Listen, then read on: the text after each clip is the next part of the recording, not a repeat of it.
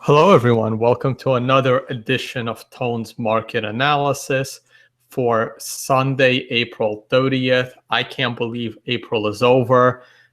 So yeah, it's May. It's already nice weather here in New York. So it should be pretty good summer that we're going into. All right, we got live viewers.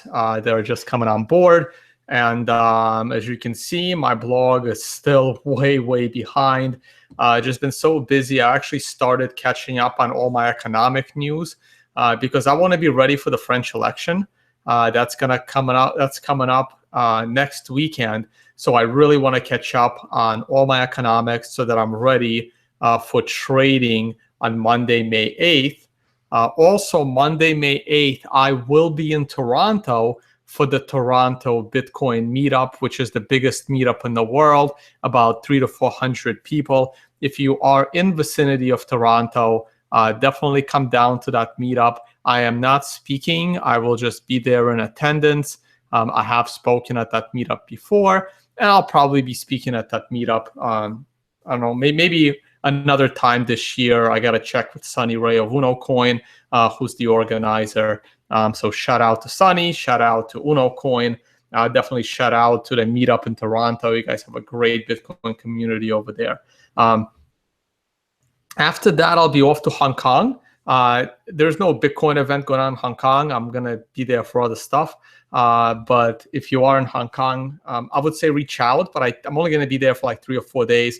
And I'm just going to be really busy. So I doubt I'd have time to meet up with anyone, unfortunately, because I am going to come back to attend, what's that New York event, the consensus event. I mean, I personally think it's a terrible conference, but a lot of people will be there. A lot of people want to talk to me, even though I'm not speaking there. So I will, I'll make an appearance. I'll swing by the conference. So if you're coming to New York, you can also reach out to me there. Okay, that's pretty much it. Let's just jump right into the markets. Don't have too many live viewers yet. Only up to 30 live viewers so far, and it usually picks up towards the Bitcoin time. So here's the S&P 500. Not much to say. We started off the week really strong, and it was a combination of the French elections, the French round 1 elections, and also the Trump tax plan.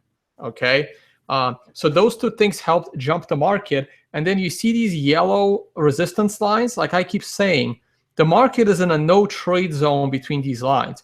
You had this head fake, and now you're having this fake to the upside. This was a huge move in a short amount of time. I was hoping to see the market pull back a little more, but it didn't. But it still didn't meet any of my criteria to jump on the market long. And then Friday was a pretty big sell-off, kind of was selling off the entire day. Looking at the weekly chart, we were forming this triangle, getting ready to break to the downside and broke to the upside.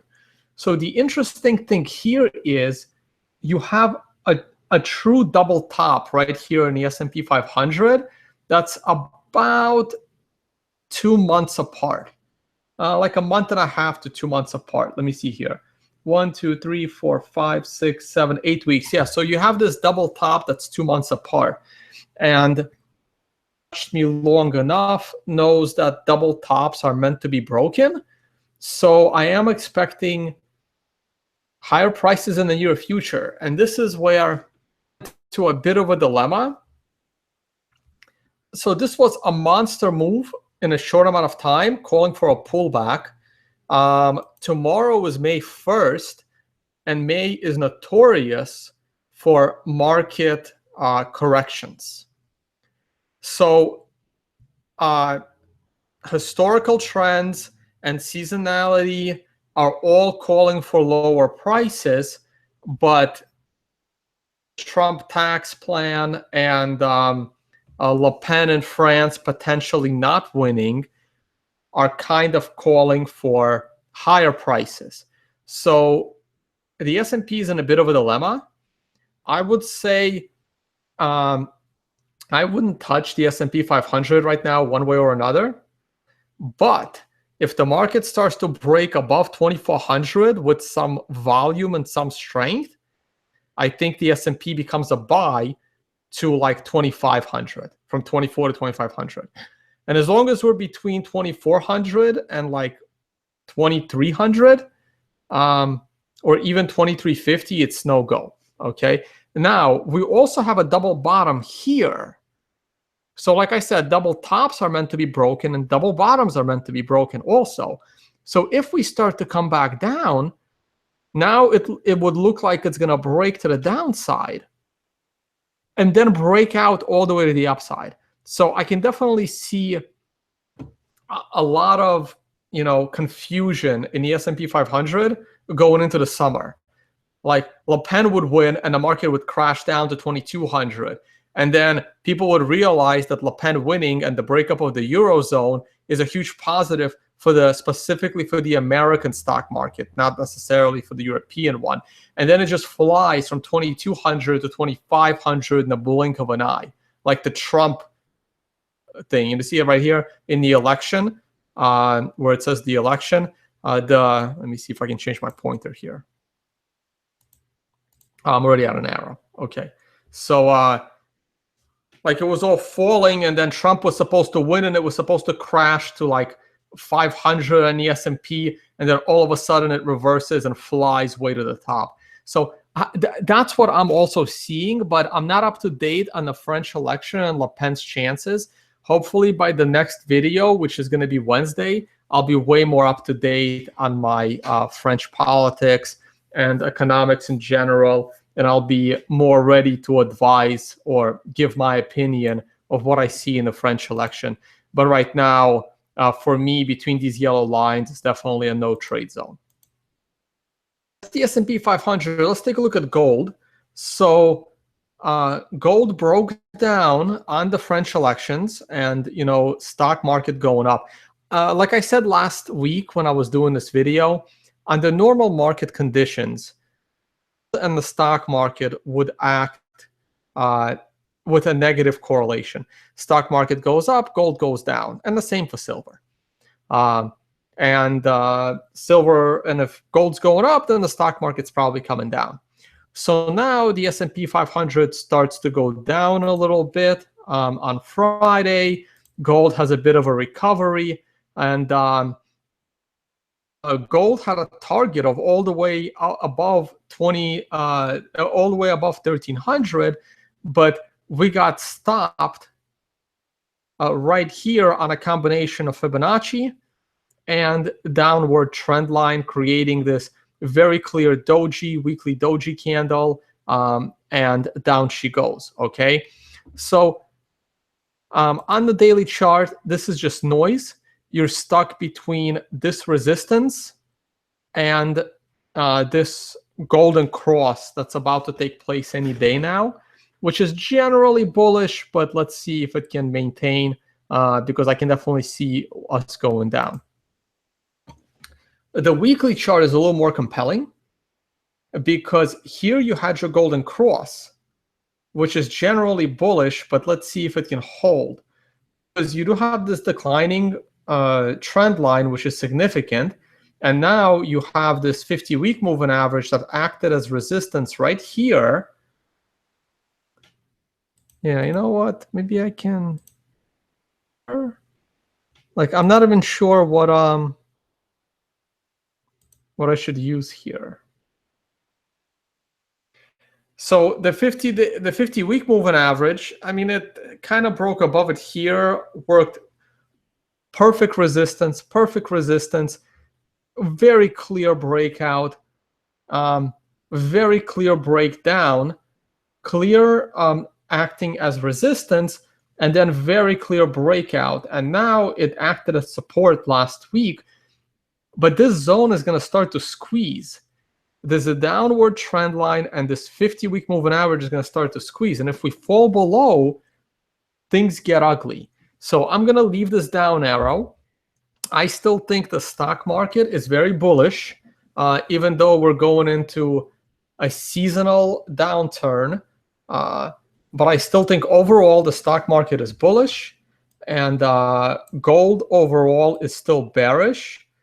I mean, obviously the numbers are a bit exaggerated, but the U.S. economy is doing pretty damn well. Fed is about to raise rates again. And I'm going to talk about the rates. I got to look up when the next Fed meeting is. And I'm going to be a little more diligent on that. And let me shrink this a little bit. Let's take a look at the big picture here. Okay. So here's the big picture of gold. And it's a downtrend. I mean, it's just a downtrend. You can say that this was the low, but I don't know. I'm not confident this was the low. So the moment we fall below this low, this is definitely getting broken. So it's if you're a gold bug or a gold bull, you really need to like pray that the 1125 low is going to hold, because if it doesn't, we're going sub 1000. That's pretty much my view on things. And this divergence right here is definitely not helping. That's pretty ugly. So let's see. Let's see how things go. Okay, let's see how things go. Anyway, so that's pretty much it for gold. And the Fed will probably raise rates again, and because the stock market's going up, and people are gonna, the Democrats are gonna blame Trump for the rising stock market. They're gonna say, see, the rich are getting richer, that Trump is helping out all of his buddies. It's all about the stock market, and the Fed is gonna be compelled to raise rates, creating huge problems for the US government debt. And we'll see. And major international problems. And that would have more people buying the stock market because they're going to be scared that the government has a problem. And I'm very, very bullish on the stock market. Like I'm thinking it might like double in the near future. Like I'm very bullish the stock market. Okay, so here's oil. I'm not even sure if this trade is entered or not. It's like right in the middle. I may take this trade off. Oil's in a weird situation right now, and I'll leave it for now. I'm still fairly bullish oil, even though we're on the edge. Like, let's put it this way: if this week is bearish, I'm gonna give up on the bullish trend of oil, and I'm gonna be bearish oil, and then oil is going back down to like $20 or something. Like there's way too much oil in the world, and they're overproducing it, and technology is gonna render oil useless in the near future. Like there really isn't, there aren't a lot of prospects for expensive oil. As much as governments try to manipulate the economy to create an expensive oil, because they need the tax revenue, and the government is not happy about electric cars. They're not. Because now they got to come up with additional. Well, not that they're mad about it, but now they got to come up with new legislation to tax you based on how many miles you drive, not how much gas you buy. So like a lot of things change. Also, the moment this RSI goes below the uptrend, I mean, things go bad for oil. All right, let me start closing some of this stuff. All right, let's take a look at the euro. So the euro popped on the French election. Basically, Macron beating out Le Pen by a few percentage points. That created this bullish run in the euro. The euro is a dead cat bounce. I think it's done. And I will talk more about the euro on Wednesday because I am going to probably enter this bearish trade.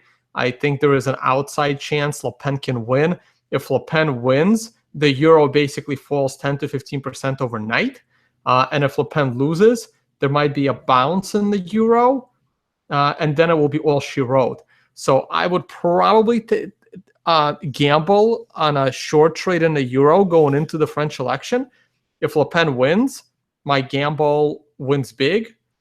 And if Le Pen loses, I make sure I'm able to double or triple my position after Le Pen loses, because that I would expect that to be the dead cat bounce high, and I wouldn't even consider the euro as bullish again until we're above 1.15. We have to get above this zone. Like there is,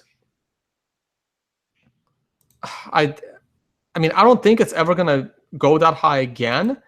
And if it does, I guess I'll be proven wrong. But right here at 1.14 is significant, very significant, and I don't see it. I really don't. Yeah, I just don't see it. I mean, this is my outlook for the euro, right? Like it's what do I set it at? 0.75 or 0.5? 0.75, but it's going to 0.5. Like assuming assuming the euro even still exists when it's time to hit 0.5 to the US dollar. Very bullish the dollar, very bearish the euro. So, and I'm fairly bullish the pound. I think the pound is grossly oversold, and this trade continues to do well. And I'm leaving it because I think when the euro implodes, the pound is going to be one of the best beneficiaries to the euro.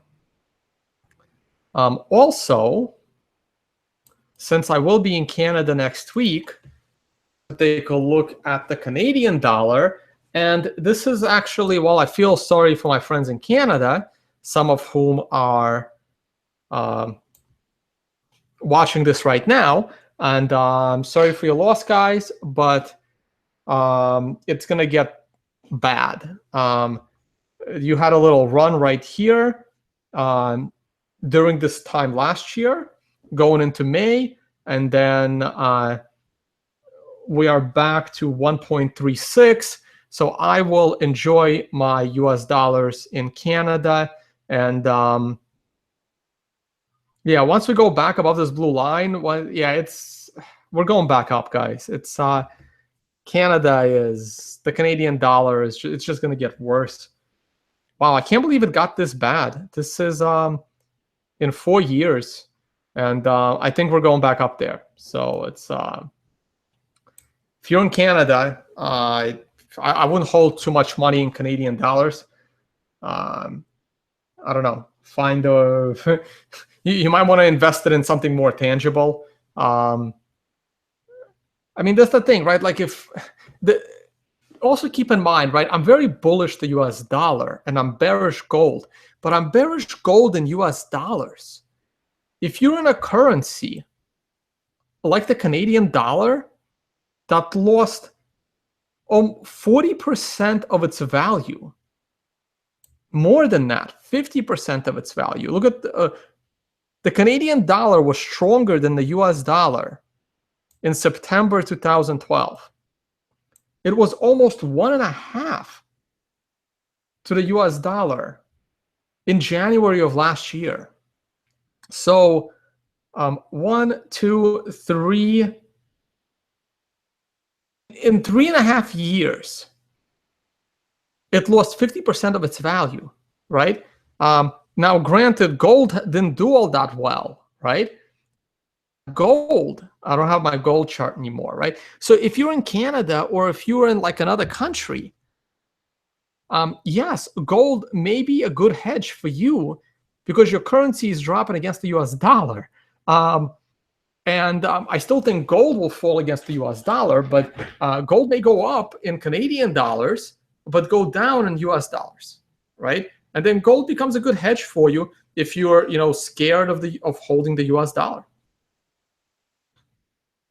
All right, so that's pretty much it on the traditional markets. That wasn't bad, only about 20 minutes. So I'm gonna go ahead and start the Bitcoin stuff. It's probably a good time for you to start thinking about your questions. I want to thank Richie Rich, who's going to compile questions for me today. Please make our life easier and start with the capital word question. I want to thank a few other volunteers that have offered to compile questions for me on Wednesdays when Rich is unable to do it. Also, I want to thank you guys for sending me some donations since the last video. That's great. Thank you very much.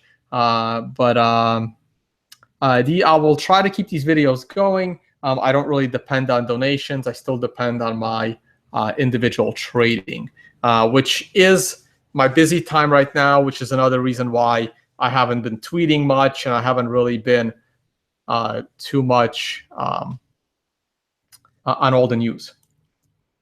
All right, so here is my Brave New Coin Liquid Index. Once again, I'd like to mention that this breakout arrow to new all-time highs was drawn on this chart in late January or at worst first week of February. If you find me on TradingView, I published it on TradingView. It's probably time for me to publish an update, but this arrow has not moved. If you go to TradingView and you like hit update, you will see all of this get filled out. I expected Bitcoin to have struggles around 1175. It broke above it, it broke below it, it got stuck, it retested it right here, and now we're off to new all-time highs. So everything is looking great. This is the weekly price, the weekly candles of Bitstamp. This looks absolutely beautiful. I've been waiting for this candle. In about 2 to 3 hours, we will solidify a new all-time high, not only on a daily end-of-day close, also on a weekly end-of-day close. We just popped about $20 on Bitstamp for a new clean all-time high. I mean, I love it. This is exactly what I expected. I ignore the noise. I ignore the altcoin noise unless I'm bored and I feel like trolling some of them. I ignore that noise. Bitcoin is not in a bubble. It's a slow and steady rise across all of the fear of how bad Bitcoin is and how slow the transactions are and how expensive the transactions are and how 70% of mining power can get turned off overnight, and hostile actors trying to just, spread all this FUD and can take over Bitcoin, take over the media, take over the code writing, take over everything. You know what? And among all and through all of that, Bitcoin is just having a nice slow rise. I've been calling it Bitcoin is climbing a wall of worry. We are now at 1350 at on the lowest exchange, not including China. I don't care about China. And people always ask me, well, what about the people that panic sold? Did they go back in? And my answer is, I have no idea. If I speculate if these people went back in, my answer is no, they did not back in. Because a lot of these people went in with sold with a lot of money. And if they would have bought back in right now and missed all of these liquidity issues in Bitcoin, the price would be probably at 2,000. So these people will be scared for a while. This is exactly like the stock market. People are still scared to go in. Everyone is telling them that Bitcoin's about to crash. It's about to split in two. Ethereum is going to be the new Bitcoin. That's just nonsense. I'm actually also pretty happy that the spread is starting to come down. I would love to see the spread come back to about 2%. It would make it much easier to talk about the price of Bitcoin, but it doesn't really matter. Here is Bitfinex, and Bitfinex is pretty much at its all-time high. Its all-time high came a few days ago when it hit like 1447 or 1450. We're probably going to break it by morning, even as the spreads are coming down. The headlines are going to start talking about all-time highs. We're right in this channel. There is absolutely nothing to worry about Bitcoin technically. I have to stretch to find technical reasons to be worried about the price of Bitcoin. Like I have to stretch. Like the only thing I'm stretching here is the divergence. And it's not even much of a divergence. I mean, yeah, the highest RSI hit was right here, and we broke 70. We broke 70. The MACD is almost higher than all of them. I mean, all this needs to do is go up a little bit more. All we need to do is go to 1500. The moment Bitcoin goes to 1500, all of these metrics, like then this high becomes higher than this, the RSI becomes higher than the previous RSI high, MACD becomes higher than the previous MACD high, and everything resets. The high becomes a true high, no divergence. There's really almost nothing. There's nothing bearish in the Bitcoin charts. Like I could not be any more bullish. Someone texted me this morning who needed some Bitcoin, not even a lot, wanted me to sell them some, and I turned them down. And I can use the money. Trust me, I can use some fiat to pay some bills, you know. But I turned them down. I'm like, you know what? There'll be a time for me to entertain, selling my Bitcoin to pay some bills, because I have to, right? I mean, I have to pay my bills somehow. So occasionally Bitcoin needs to get sold, not because I want to sell it, but because I kind of have to. But I'm holding out right here. I think there's going to be an imminent pop, and one of the reasons for this imminent pop is, I mean, the shit coins are just in a bubble. I tweeted this out earlier today about Dash. I mean, the Dash people, you know, a lot. I mean, I troll them, they troll me. It's all fair.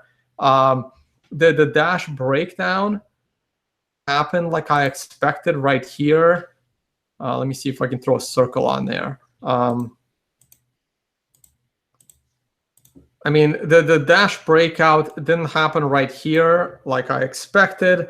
I expected it to happen right here. It didn't really fall that far. But now it's fairly, clear. Can Dash go up to new highs? Oops, not what I meant to draw. Can it go up to new highs? Of course it can. Of course it can. Anything can happen. Is it going to change the fact that Dash is a scam? No, it's not going to change that either, right? To me, this looks, like your typical, bubble, and I'm expecting it to fall. I'm expecting Ethereum to fall. I mean, Ethereum is just nonsense. And I'm not expecting much from any of these coins.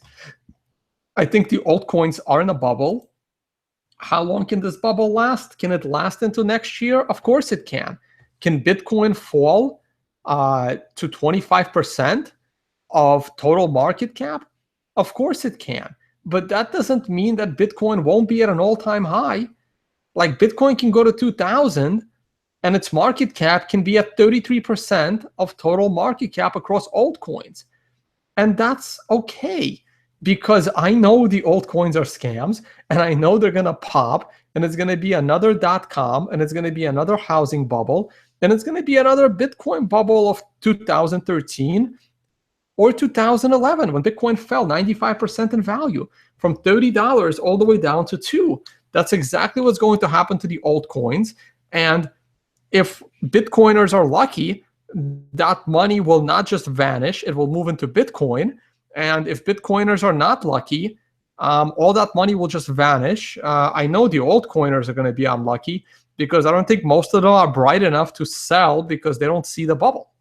And that's understandable, because people don't see a bubble. I mean, if people saw a bubble, there wouldn't be a bubble. All of these ICOs, the only ICO that I would consider partially legit, and by partially I mean 50-50 legit, it doesn't mean that it's a smart ICO, it just means it's 50-50 legit, is Brock Pierce's. Everything else, in my opinion, is is bad. It's between scam or a stupid project. I think all of those ICOs are gonna it's gonna end in tears pretty much for every other ICO. It'll definitely end in tears when Ethereum forks again, which it will. Here's the daily chart of Bitfinex, and I mean, that's the all-time high, what, 3 days ago on the 27th? I mean, we're pretty much at it. If the, where is it? If the spread goes back to like 10 or goes back to like 8, Bitfinex immediately goes to its all-time high. So, I mean, everything's looking good. I'm as bullish as I've ever been. It's great, slow and steady, huge demand. Ethereum and Dash and all of the rest, they're just sucking the rest of the stupid out of Bitcoin. I know, maybe if we're lucky, they'll take Roger Ver with them. Let him go to Dash. It doesn't matter. It will make our life easier, but it doesn't seem to. I don't think he wants to fully go to Dash. It would be nice for the rest of us, but anyway. All right, so it's time for some questions. I got this done in 30 minutes, which is great. Maybe I can get questions done in 30 minutes, keep this video to an hour for a change. I'm at 150 viewers at the moment, and a little lower than I usually have, but I think that number is going to go up. I finished this part earlier than usual. All right, Rich. Let's see what questions we got here. Not that many questions yet. Great. Make my life easier a little bit. Well, some of the more liquid supply altcoins like Unobtainium. Oh, more limited. Sorry. Let me reread this question here. Unobtainium, is that really an altcoin? I've never freaking heard of it. Hold on a sec.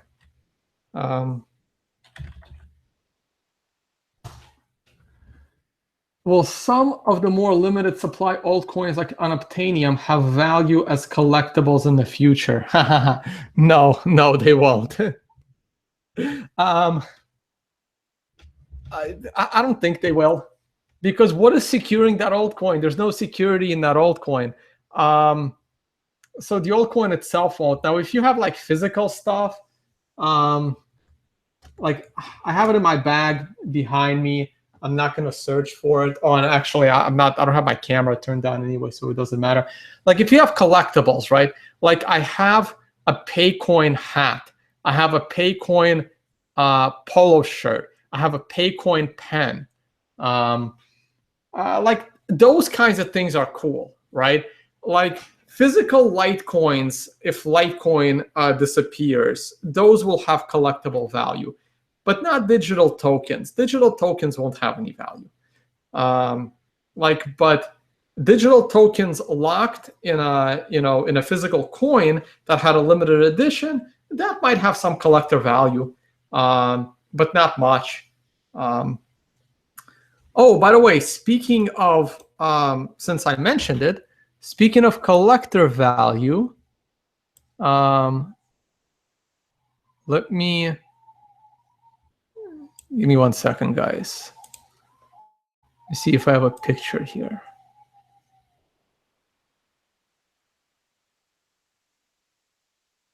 Yeah, I can share screen. If anyone's interested in a physical rare Bitcoin, this is a 2011 token, Casacious, Series 1, with the error on it, verified, graded. It's not cheap. I mean, there's not. I mean, good luck finding them. I mean, I haven't even seen one of these on eBay in about 6 months to a year. It's not cheap. If anyone's interested, it's going to cost you about 5 Bitcoins.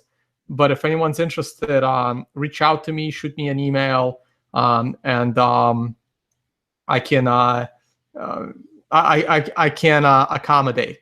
So it's so if anyone is interested in a true collector item, This is the very first batch of physical Bitcoins ever created. These are the coins that you see on all the articles, on the very first articles that ever came out, authenticated and graded, so it's fully legit. And the price is going to be 5 Bitcoins. And so if anyone's interested, that's my only plug for the day. And they are, there's plenty of information on it. How many were created, how many are out in existence. There are plenty of websites that validate when it was funded, the fact that it's still funded, the fact that there is still 1 Bitcoin on it. So it's like I said, if anyone's interested in that kind of a collector's item, shoot me an email, reach out. My email is in the description of these videos. And of course, the tone-based consulting service, right? That's people have been reaching out, and that's great. 0.1 Bitcoins per hour, and we can talk about trading, finance, whatever other expertise you feel that I have. And if I don't have the expertise, I will tell you that I'm not the person for this consulting job. All right, next. If and when Bitcoin gets to 1,500, will it then consolidate for a while, or do you see it shooting up further from there? Well, I guess it's time for one more picture. Let me pull something up here. I gotta have some of these more handy. I think it shouldn't be too hard for me to find this image.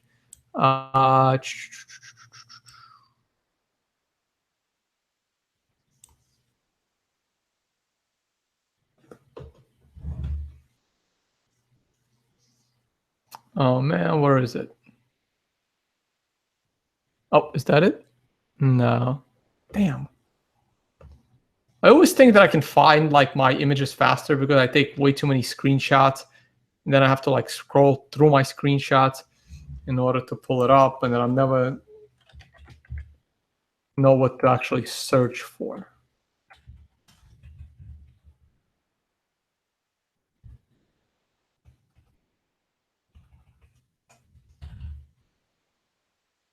Oh wait, here it is. Found it. Yeah, there we go.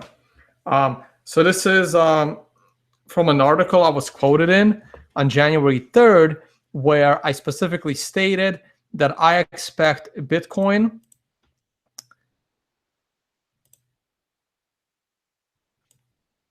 to hit 2,000 by end of summer. And more specifically, I'm looking for the top in Bitcoin around August 14th. And I'll talk about that closer as we get into the summer. So I'm not expecting Bitcoin to stop at 1,500. I'm expecting 1,500 to be a catalyst for a run-up in Bitcoin price up to 2,000 by end of summer. And then after it hits 2,000, I don't know, maybe Bitcoin Unlimited will fork and it will cause some problems until Bitcoin Unlimited dies. So I'm not expecting the year to finish above 2,000. I'm expecting the year to finish in 1,500 to 1,750, but I'm expecting sometime this year. I'm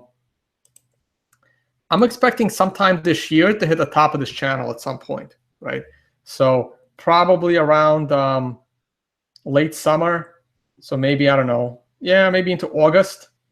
Maybe even break 2,000 and then pull back to like 1,500, 1,700, something like that. That's my outlook for Bitcoin. All right, next question. Will you sell your master nodes before it drops in price? I don't have any master nodes, guys. That was a joke. I don't have any Dash. I don't have a single Dash. I used to have Dash. I don't have any Dash anymore.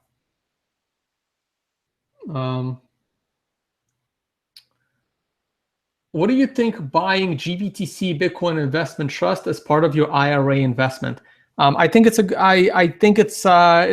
decent idea. I'm actually thinking of doing that myself. I have a self-directed IRA. And I have been thinking it's mostly in the S&P 500. Here's what I do with my self-directed IRA. It's in the S&P 500 unless I'm trading earnings season with options.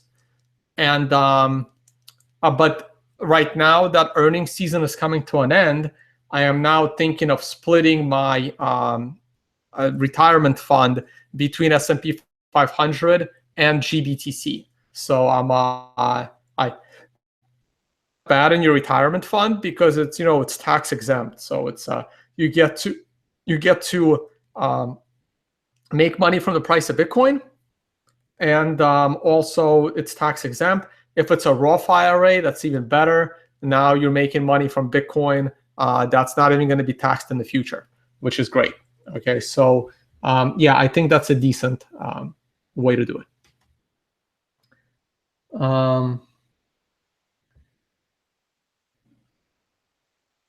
Is it Communist May Day on Monday? So that is why viewership is low. People are partying in Cyprus.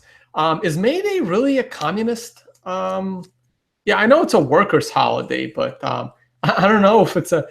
You know what? I need to review my history of May Day. I know May Day was kind of hijacked to create Memorial Day here in the U.S., but yeah, I'm not sure. Yeah, viewership is a little low today. I'm not sure what's going on. Maybe people are mad that I was so wrong about the altcoin bubble, which I'm not. But nobody knows when the bubble is going to end. Yeah, that's okay. Hey, weather is nice in the U.S. If people are doing something better on a Sunday, awesome. You don't need to watch me live. You can always watch me on tape. Nothing's going to change. Should we sell before the next Bitcoin bubble? Or should we hope Bitcoin would gain value later in the future? Well, you don't want to sell before the bubble. You want to sell, when you recognize the bubble is here. Like it's, you don't want to sell, on this yellow circle when the Silk Road went under, because then you missed the bubble, right? You want to sell, like, if you're in Dash, this is the bubble.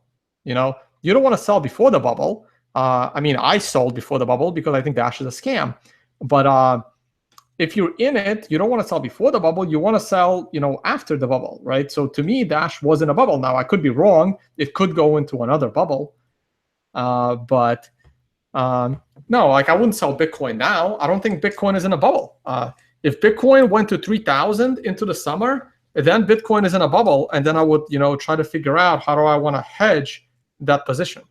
So I'd have to, try to find a way to sell it. Maybe I'll probably hold it into 2020. I'm going to follow Adam Meister's lead here and wait for the next halving. Why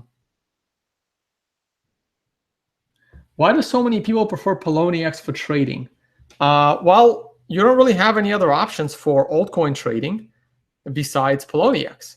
Like, I don't think anyone prefers Bitcoin trading, Bitcoin to dollars and back into Bitcoin on Poloniex. That seems silly. And your other competitor to Poloniex, as far as trading altcoins, is Bittrex.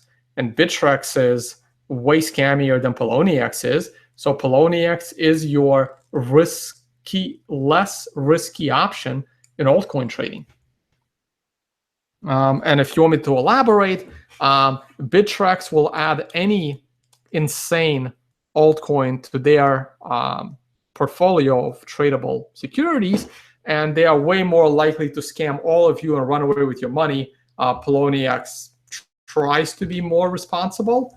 So that kind of means that the management of Poloniex is more responsible. So your chances of being scammed by the management of Poloniex are smaller than your chances of being scammed by the management of Bittrex. I don't trade altcoins, guys. I really don't. I like the safety of Bitcoin. I like the fact that it's not as volatile. And It's the same thing in my actual trading. I try not to take on, I take on very leveraged positions, but they're very hedged so that my risk is limited. Assuming I stick to my rules, and when I don't stick to my rules, I tend to, if I don't stick to my rules, I can my entire portfolio can go to zero in a weekend, or not in a weekend because the markets are closed. But if I'm not careful with my rules, my entire portfolio can go to zero overnight. So I have to be very careful with my positions. They are hedged, but if I drop the hedge or I make the hedge my primary position, I can literally my entire account can go to zero in a span of a week or two. But if it's hedged, my risk is very, very limited, if not non-existent. It's all about being disciplined in your trading, and I try to stick to low risk trading over high risk trading. All right, next.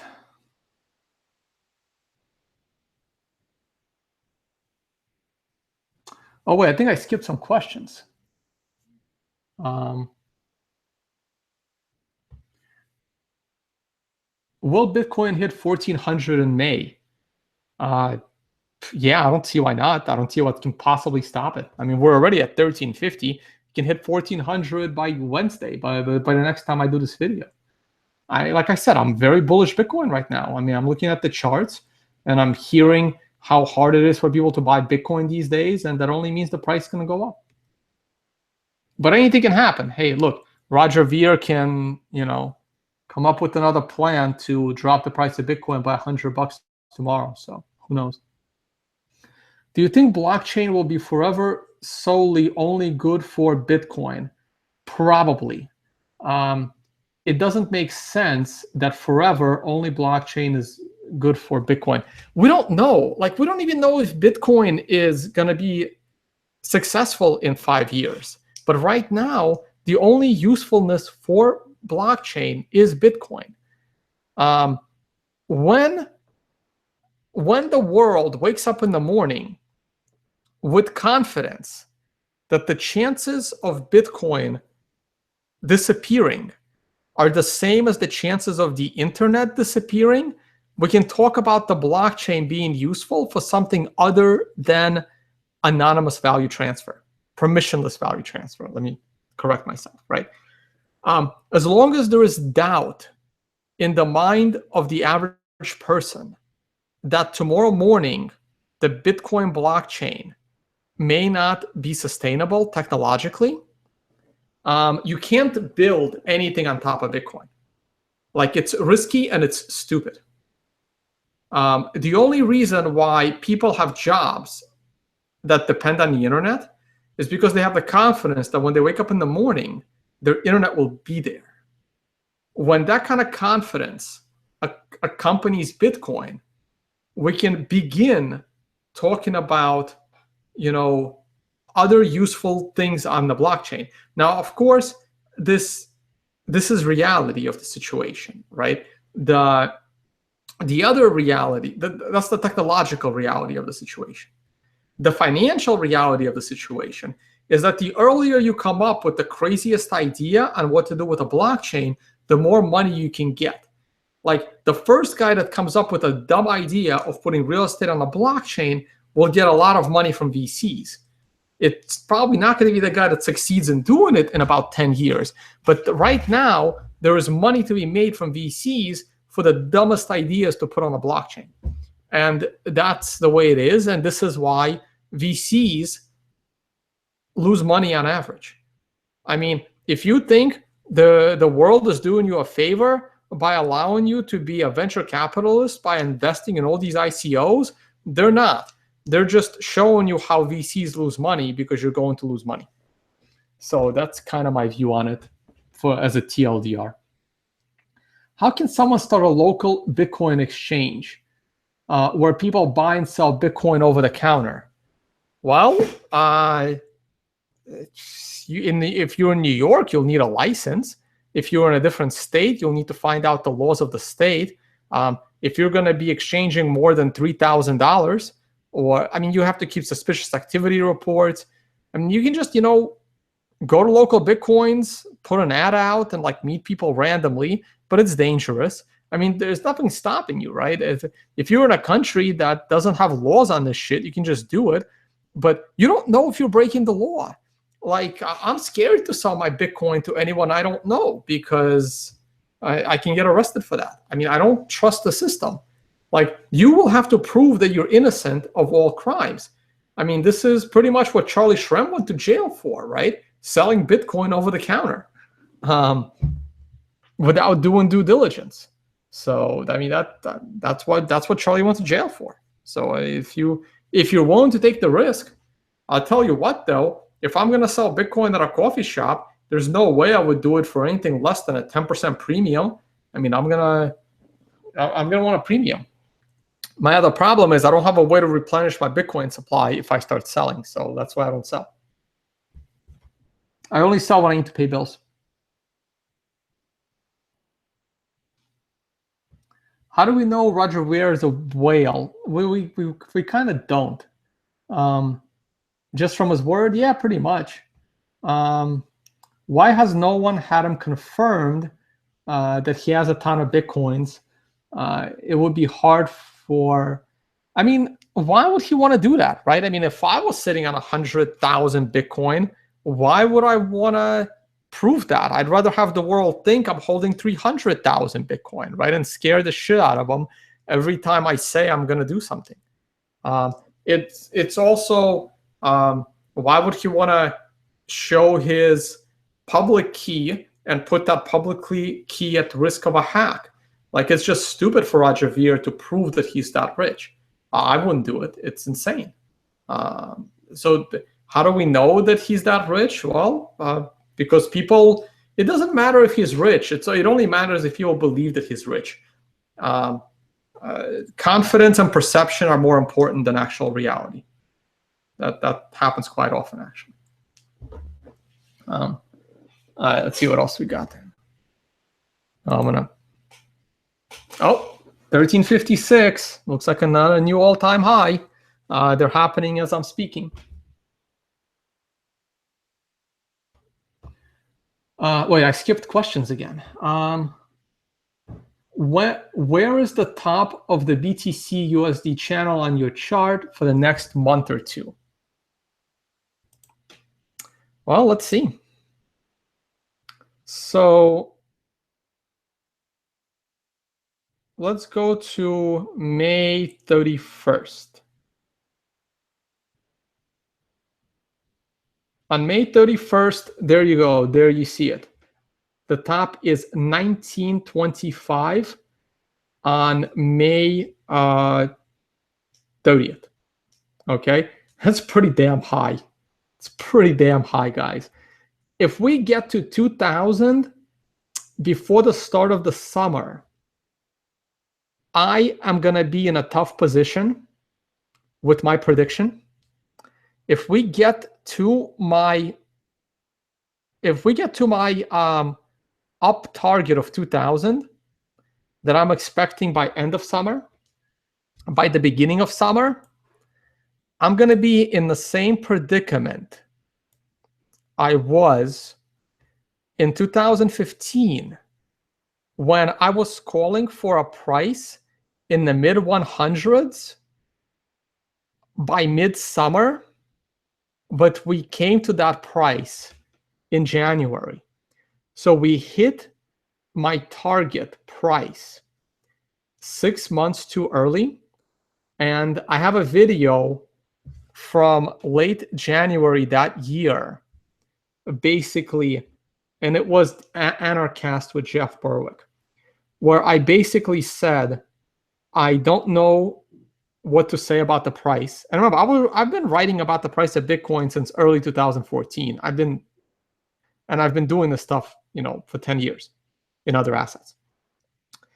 I was at a loss of where to go with my Bitcoin price predictions when my price target of 150 was hit 6 months earlier than I wanted it to get hit. And I was really, and this is where I totally screwed up. I then had to make a choice. Do I call a bottom in Bitcoin price, or do I adjust my target lower? And as you can see from this chart, I adjusted my target lower to 110. And when the midsummer came with the Greek crisis, we were at 275 and nowhere near my 110 target. So I was forced to then change my mind and say we bottomed right here in early January and forget my new bottom target of 110. And I was all bullish all through here. And then Mike Hearn tries to fork Bitcoin, and the price falls back down to 150, making me look like a fool for the second time in 6 months, because I had already called the bottom here after being wrong that we're going lower. And I ended up again in a very bad predicament, not knowing if we are now going to hit my 110 target later than I expected, after I had already said that we're not going to hit my 110 target. Let's just say I was flip-flopping a lot right here because I was I didn't know what to do. Like my all of this happened. All of this happened because my target of 150, and there's articles I can even show you. Again, I don't want to spend too much time pulling up old stuff. And I tweeted this out. I can even pull up the tweet. Like, where is it? Like here, there's like old articles. Here from March 2015, right? So if I pull the price back up, so March 2015 was right here. When the price was 235, coming off of this 150 low. Oh,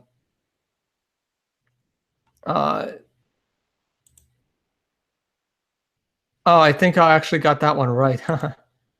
So here in March, I'm sorry, not March. What am I? Oh yeah, in March, right? So right here, what do I say here? This guy. I say, most likely we will then turn and test some lows, perhaps in the low 200s or even as low as 100s. And then in April 2015, I say, keep an eye on support in the 160 range. And you can see that we hit 160. But what you don't see is that I know I flip-flopped around here, thinking that those lows will not be hit anymore, calling that the low, and then we crash. So look, I've made huge mistakes right here. And all of that happened because my target was hit 6 months earlier than I expected. So I know this is a long thing. So if we hit the top of this channel early summer in the 2000 range, I'm gonna be in the same predicament of potentially becoming a flip-flopper. I don't know if I'm gonna get it right at that point. So whatever, if my target gets hit too early, well, we'll see. I mean, I'm still gonna take my chances and call the price of Bitcoin, but it's gonna bring up some bad memories of what happened in 2015 of when my low target got hit too early. Let's just put it that way. All right, next question.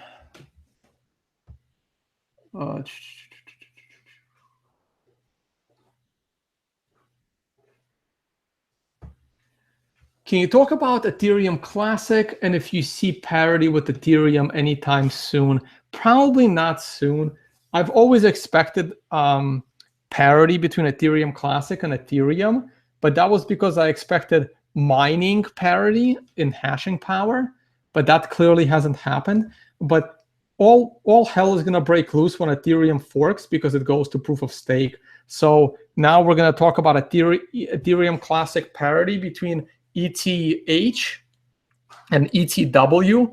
ETW will be Ethereum work.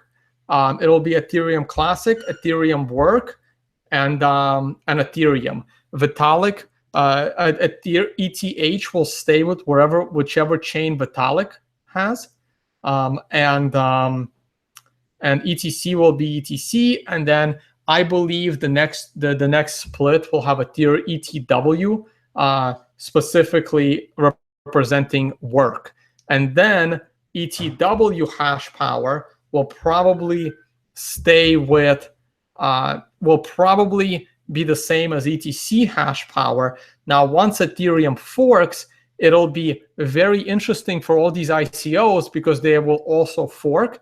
And then people, they'll have 2 Veritasiums, they'll have, whatever, maybe 2 blockchain capitals, or those companies will have to choose one fork over another.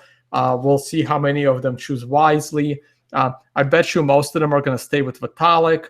But what if Vitalik gets arrested for creating an illegal security back in 2014 and selling it to everybody, or 15, whenever the hell he did it? So, I mean, you never know. I mean, Ethereum is, to me, Ethereum is just a joke. We'll see how it ends. Yes, Bitcoin is at under 60% dominance.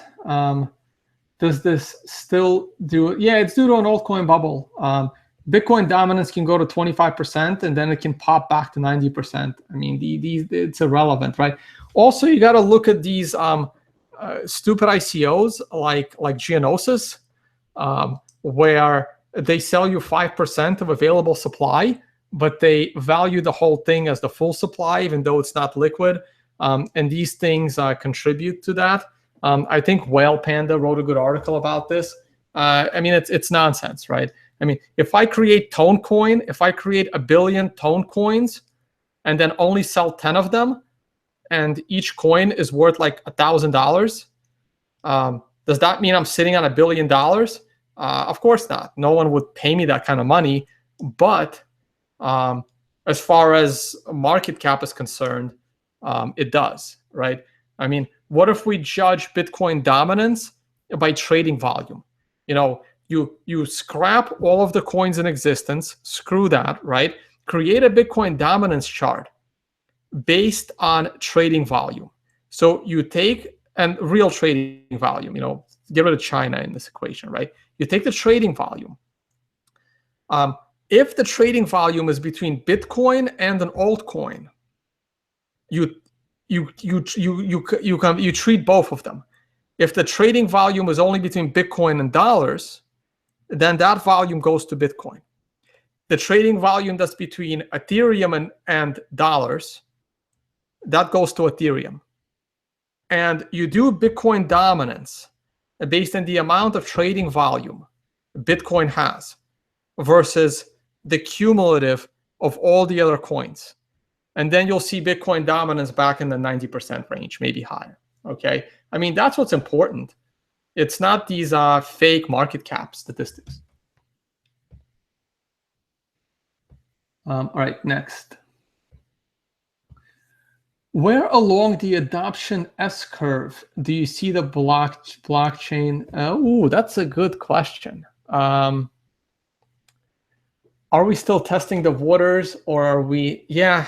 By the way, speaking of S-curve, one of the best videos I've seen, and I strongly recommend this video. D'Angelo has gone completely off his rocker. But back in the day, back when he was doing good work, so Bitcoin S-curve. You know what? I think it's even on my blog. Doing this Bitcoin educational section, and I haven't really done it. Like everything in the section was like 3-4 years old now. I never really did anything with it. Let's hope James D'Angelo still has that video. Oh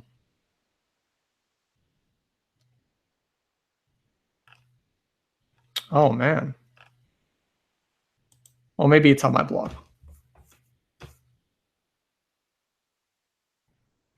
It's amazing. Like the people I have in these videos, like I used to really, really respect in Bitcoin, and now like I'm like, oh my God, what happened to these people? It's Rick Falcone, who I really respected before he went, completely nuts and on the wrong side of history with Bitcoin Unlimited. Here's James D'Angelo, who also went, off his rocker. And Andreas Antonopoulos. I mean, Andreas is still good, but it would be nice, for him to actually take sides on an issue prior than 6 months of thinking about it. But that's my only complaint. That, and he seems to like Ethereum way too much for my taste. So, man, like, I know that all the people I used to like and respect in Bitcoin when I was a noob, it's the complete opposite now. It's amazing how everything changes. So here's a great video from James D'Angelo about the S-curve. So if you have no idea what I'm talking about when I say S-curve, please watch this James D'Angelo video in the show notes. He draws it right here. Let me see. Yeah, there's the S-curve, right? So where are we on the S-curve for Bitcoin? Here.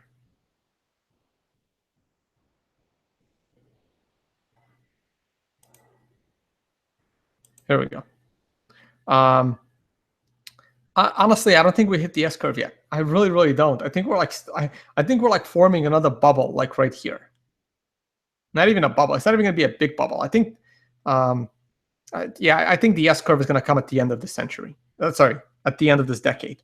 Well, I'm not going to live to see the end of the century, but at the end of this decade, I think we're just going to have like one more blimp, and then we'll hit the S-curve.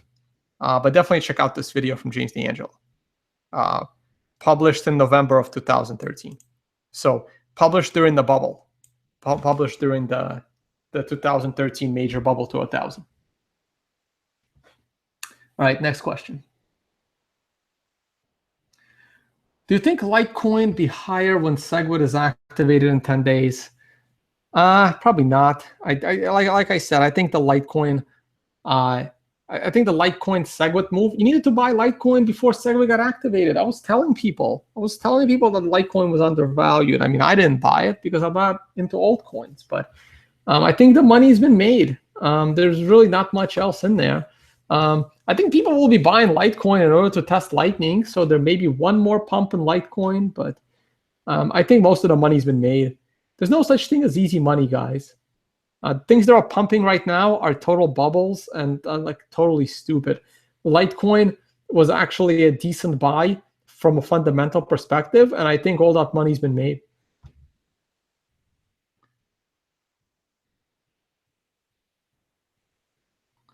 Will you tell us on this show when we are on top of the Bitcoin bubble? That is an amazingly good question, and there's two there's two things involved there, right? One, would I be able to recognize a Bitcoin bubble? That is a question. That is a good question, because let me tell you something. I did not recognize this Bitcoin bubble because that's when I bought Bitcoin. I didn't wait till here. I bought here, okay, on the bubble, near the top of the bubble, in fact, on Cypress events, right? I was buying the Kool-Aid that were hitting the S-curve right here in 2013. And then I came to my senses after it had already started going down. Now, I was calling for lower prices, but I did not sell my Bitcoin. In fact, I invested a lot of Bitcoin towards the bottom of this mess in projects that were just stupid, and that caused me to lose like half of my Bitcoin, right? The question is, will I recognize the next Bitcoin bubble? And I would like to think that I would, but in reality, I probably won't. I'll probably be buying the Kool-Aid, okay? So if Bitcoin starts to go up exponentially and you hear me buy the Kool-Aid, that's not good. Also, there's other problems involved, right? I was also wrong right here. Like you see this exponential rise right here. This was massive. I honestly called that the Bitcoin was in a mini bubble, and I called it way too early. Maybe that's what I'm doing with altcoins right now. So see, you can recognize a bubble and you can call it way too early. I mean, maybe I'm calling the Dash bubble way too early. Maybe it's going to go to 300. I'm clearly calling the Ethereum bubble way too early. It just hit, an all-time high like yesterday. It didn't hit it in terms of Bitcoin, but it hit it in terms of dollars. So the other problem is, will I call the bubble too early? And that will most likely happen. If I end up calling a Bitcoin bubble, the probability of me getting it right are almost zero. I will either be buying the Kool-Aid and be wrong, or I'm going to call a Bitcoin bubble way too early. And what I am worried about is hitting my 2,000 price target like before the official first day of summer, as opposed to, August 14th, which is what I'm expecting it to hit. So there's lots of things, but you know what? I'm on a good streak calling the price. I'm going to enjoy my good streak of calling the price. And we'll see. And when I'm wrong, there is 100 trolls that will call me out on it. So you will know when I'm wrong. I mean, everybody else will know. So, and everyone will be happy to inform me that I'm wrong. So it'll be obvious. Let's just put it that way. Good question, though. I like that. A question that makes me think is a good question. Yeah, I did talk about Bitcoin dominance a couple of times now.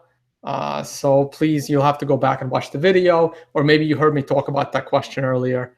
Yeah, Bitcoin dominance is somewhat irrelevant to me at this point because I know altcoins are in a bubble. Am I calling it too early? Maybe. I don't know. Do you see Bitcoin dominance will hit 38% Fibonacci? I'm not going to do technical analysis on Bitcoin's dominance because it's not a good statistic. If someone puts together Bitcoin trading volume dominance as a chart, as a historic chart, I mean, maybe if I feel like reaching out to Brave New Coin, I can ask them for the data and maybe ask them, to create a chart of Bitcoin's trading volume dominance. And I think that's I'll reach out. If anyone else is interested in this project and you have historical trading data, that would be amazing. That's a better barometer of Bitcoin's dominance than market cap. I mean, market cap is so stupid. It is so stupid. Like Ripple, for God's sakes. I mean, Ripple is no different than OneCoin. I mean, it's all pre-mined. NEM is all pre-mined. I mean, look at this nonsense. Where's Geonosis? I don't even know if ICOs are in here or not. Like, this is insane. Like game credits, I know is a scam. The Steemit, I know is a scam. Like, why is Tether here?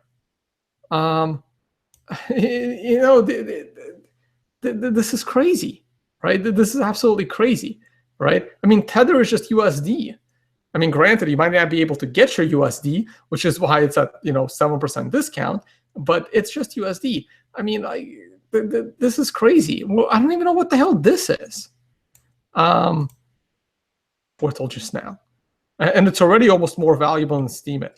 But I mean, come on. I don't even know what Gollum is. This is nuts. This is absolutely nuts. Now, if we're going to talk about Bitcoin's dominance when it comes to trading pairs, sure, that I would be interested in seeing. And maybe Bitcoin's dominance is growing. Who knows? Okay, that's what you should care about, not market cap.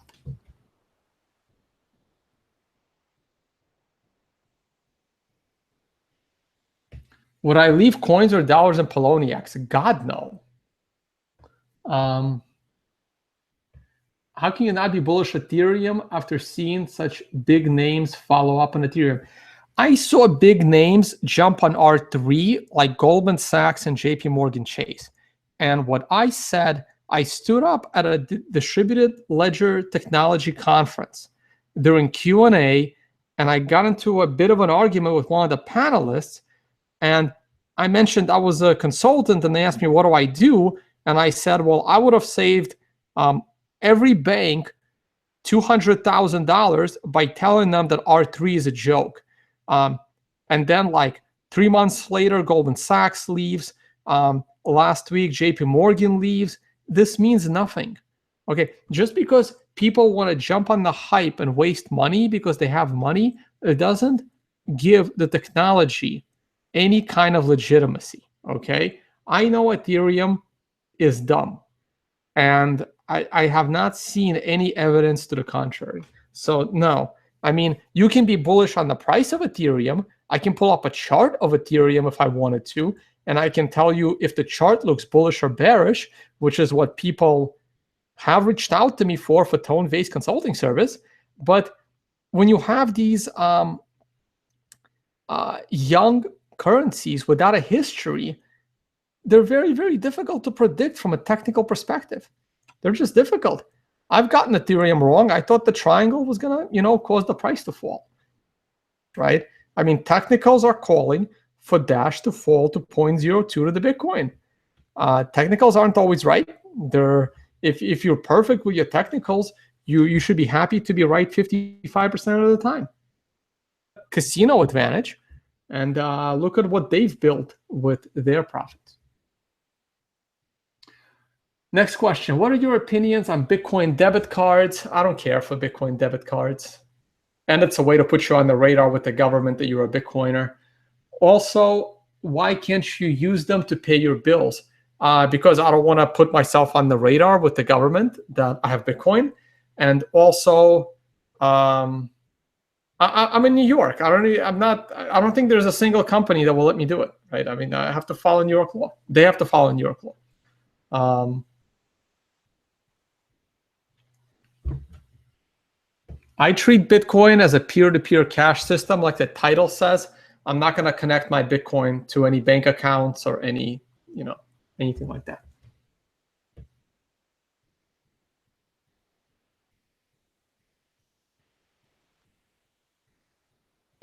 How can your channel get more degree, but still be stable and not in a bubble? Well,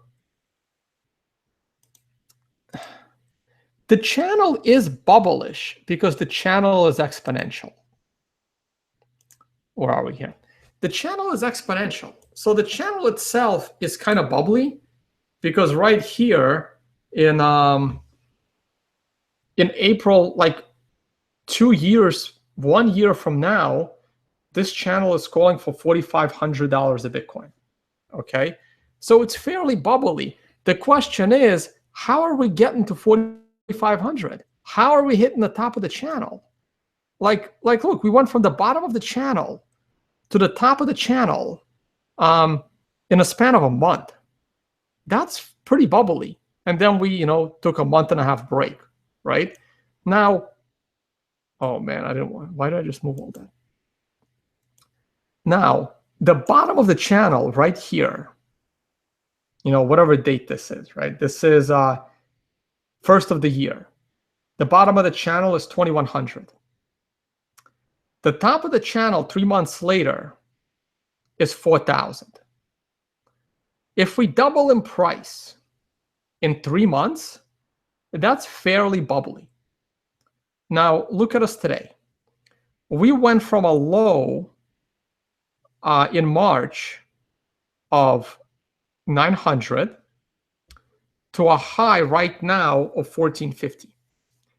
So that's about 2 months, month and a half, and we almost doubled, right?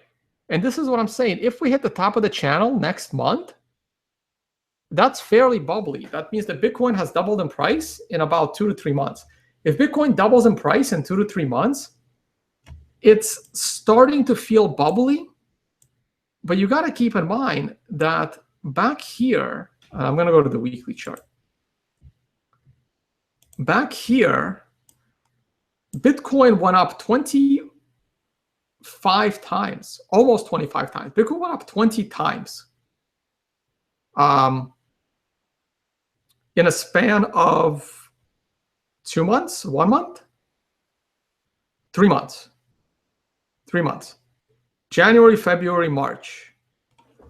In 3 months, we went up 20 times. Right here, from a low on October 1st to a high at the end of, October and November. So in 2 months, we went up about 12 times. So right now, in order to be a real bubble, we probably need to go up about 5 times in a span of 3 months. And if we only go up 2 times in 3 months, if we only double in price in 2 months, that's like just the early stages of a bubble. It would need to go up like at least 5 times in like 2 to 3 months in order to really be a bubble. Or it could also go up 20 times. I mean, nobody knows when the bubble pops. Nobody. You have to get lucky. Or if you're a Peter Schiff, then you're always in a bubble, and then you're never lucky because you're always, you always called it right. So it's so there's 2 options there, right? You either have to get lucky to call the top of a bubble, and 1 in a million people will do that, or you have to always call that it's the top of a bubble, and then you proclaim that you got it right. But then everyone knew you were going to get it right because it's always the top of the bubble.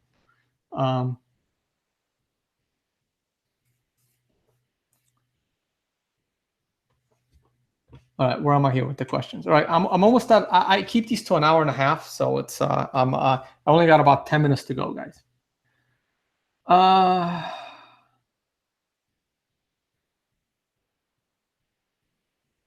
Yes, I am coming to Toronto on May 8th. That is confirmed. I will be in Toronto pending, shit happens, and then I won't be there. But I am not speaking, so keep that in mind. I'm just going to be in the audience.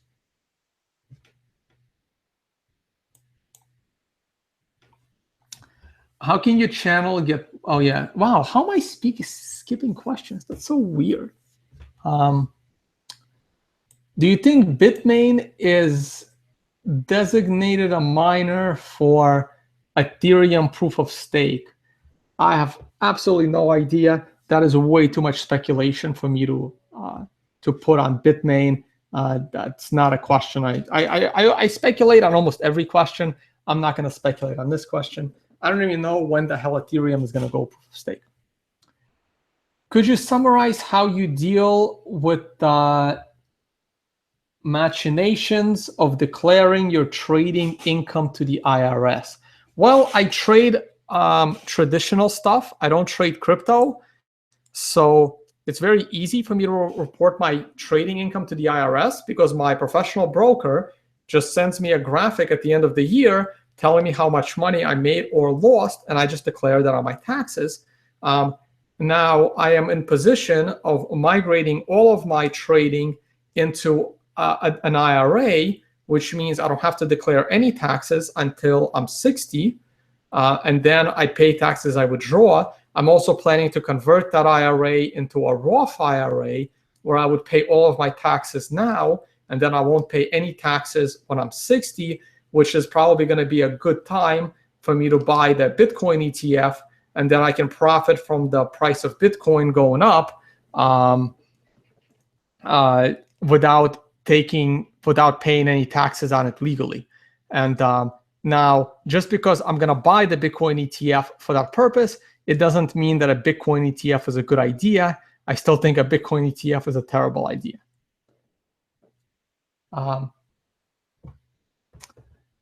Do you think Bitfinex/Tether are solvent? I don't know. If I am forced to guess, I would say that yes, they are solvent, but there are serious problems in getting that money out of Taiwan. but I do believe that they are solvent. I have zero proof, nor do I know anyone high up in those organizations that would tell me if they're not, because I don't have any money there, so they wouldn't give me a heads up to move it. And knowing me, I would like just tell everyone. So my best guess is yes, they're solvent, but just because something is solvent doesn't mean you can get your money, right? That's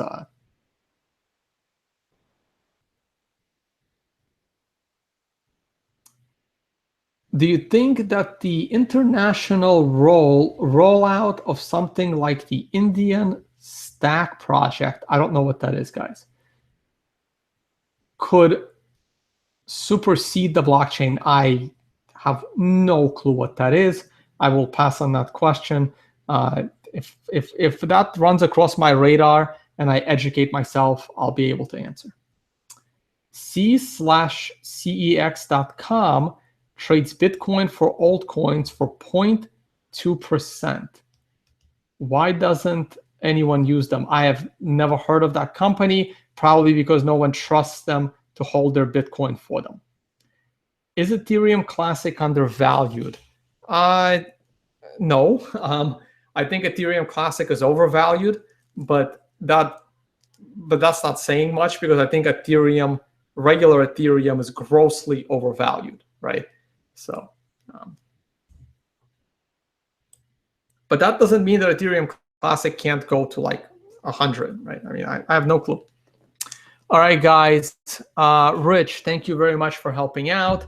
I am now at my maximum live viewers at 180. So thank you very much for tuning in. Once again, my only plugs, what I want to plug, I will be in Toronto a week from tomorrow for the May 8th event. I am not speaking. I will only be there in attendance. What do I want to plug? As usual, if you look at the description of my video, I do have an affiliate code for OneBroker. I always want to give a disclaimer that OneBroker is an anonymous, risky way to trade traditional assets with Bitcoin. It's a crypto situation, just like Poloniex, where it is possible for the anonymous, or BTCE, it's in the same boat where anyone can run away with your capital. But if you do choose to trade with OneBroker, please use my affiliate code. It's actually the only affiliate code I have for anything. And it's also like one of the only fair affiliate codes I know, because it's like it's not a Ponzi affiliate style code. So that's kind of why I like it. I will never put a Ponzi style affiliate code. I would never put, a cloud mining affiliate code, because to me that's a Ponzi style affiliate code where I make money directly from you. I only put affiliate codes that don't do that to people.